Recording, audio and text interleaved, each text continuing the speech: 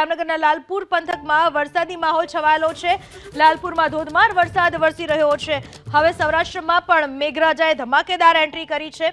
સત્તાવાર ચોમાસું બેસી ગયા બાદ ખૂબ જ ધીમી ગતિએ આ ચોમાસું આગળ વધ્યું, પરંતુ હવામાન વિભાગના અનુસાર હવે ચોમાસું તેની ગતિ વધારી રહ્યું છે અને સૌરાષ્ટ્રમાં જોરદાર વરસાદ, ખાસ કરીને ઉમાધામ પાર્ક, ગાયત્રી સોસાયટી આ તમામ વિસ્તારોમાં વરસાદ, સરદાર પાર્ક, જૂના શાક માર્કેટ વિસ્તારમાં પણ વરસાદી માહોલ છવાયેલો જોવા મળી રહ્યો છે।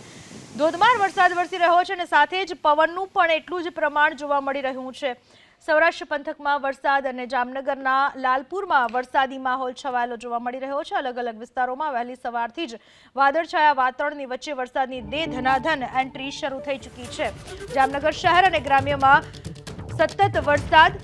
જામનગર શહેરમાં વહેલી સવારથી જ વરસાદની શરૂઆત થઈ। 7 રસ્તા, ટાઉન હોલ, બેડી ગેટ, પટેલ કોલોની સહિતના વિસ્તારોમાં વરસાદ વરસ્યો તો રવિવારે કાલાવાડ પંથકમાં 2 ઇંચ વરસાદ ખાબક્યો હતો, જેથી ખેડૂતોમાં ખુશીનો માહોલ। જોરદાર વરસાદ સમગ્ર જામનગર પંથકમાં જોવા મળી રહ્યો છે। આ વિશે વધુ માહિતી આપો, આપણી સાથે જોડાઈ ચૂક્યા છે મારા સંવાદદાતા રવિ બુદ્ધદેવ। રવિ, જામનગર જિલ્લામાં કયા કયા વિસ્તારોમાં વરસાદી માહોલ, અત્યારની સ્થિતિ શું છે? બિલકુલ પૂનમ, વાત કરવામાં આવે તો જામનગર શહેર અને જિલ્લામાં આજે સતત બીજા દિવસે વરસાદી વાતાવરણ છે તે જોવા મળી રહ્યું છે। શહેર ઉપરાંત કાલાવડ, લાલપુર સહિતના વિસ્તારોમાં વરસાદી વાતાવરણ છે તે જોવા મળી રહ્યું છે। આજે સવારથી જામનગર શહેરમાં વાદળછાયા વાતાવરણ વચ્ચે લગભગ 1.5 ઇંચ વરસાદ જે પડ્યો છે।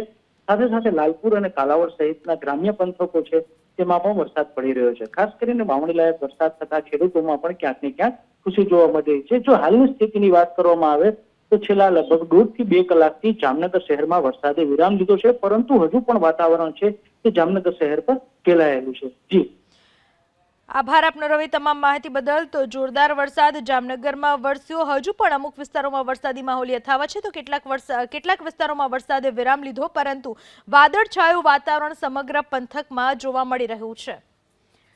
જામનગરમાં મોડી રાતથી જ ગાજવીજ સાથે જોરદાર વરસાદ,